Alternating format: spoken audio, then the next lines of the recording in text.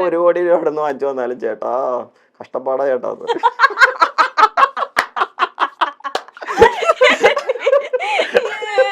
എന്ത് ചേട്ടാ ലോൺ അടക്കണം ചേട്ടാ, സ്ഥലം മാറ്റിട്ടിരിക്കും ചേട്ടാ, എന്നിട്ട് പറയാം എന്റെ അച്ഛനമ്മയെ ഞാൻ ഇങ്ങനെ നോക്കണം ചേട്ടാ.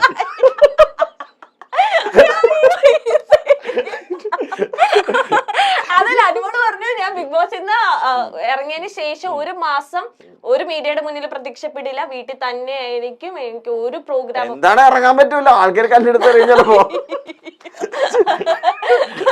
എനിക്ക് പ്രോഗ്രാം കിട്ടിയില്ലേലും വേണ്ട, ഞാൻ ഒരു പ്രോഗ്രാമും ചെയ്യുന്നില്ല, 1.5 മാസം ഞാൻ വേറെ വലിയ വലിയ ആർട്ടിസ്റ്റുകൾ പറയണതാണല്ലോ അങ്ങനെ അല്ലേ.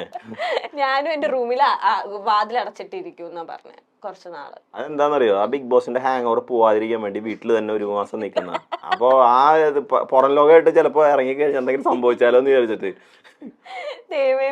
എല്ലാ ട്രോമ ഉണ്ടായിരിക്കും ചിലപ്പോ. വീട്ടിൽ വന്നതിന് ശേഷം രാവിലെ എഴുന്നേറ്റ് രാവിലെ 8 മണി എന്ന് പറയുമ്പോ അച്ഛൻ വന്ന്